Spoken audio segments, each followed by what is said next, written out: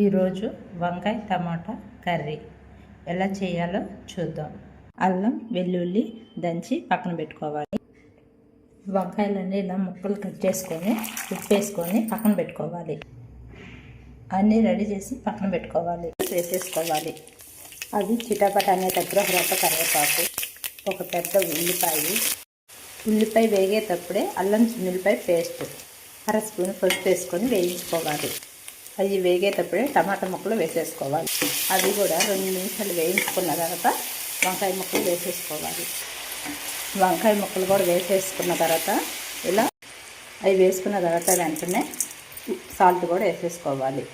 1 spoon sambar కారం, తగినంత ముడి కారం వేసేసుకొని ఒకసారి ఇలా మొత్తం తిప్పుకోవాలి. మొత్తం ఇలా తిప్పుకున్న తర్వాత మంట సిమ్లో పెట్టేసుకొని ఒక 10 నిమిషాలు మగ్గనియ్యాలి.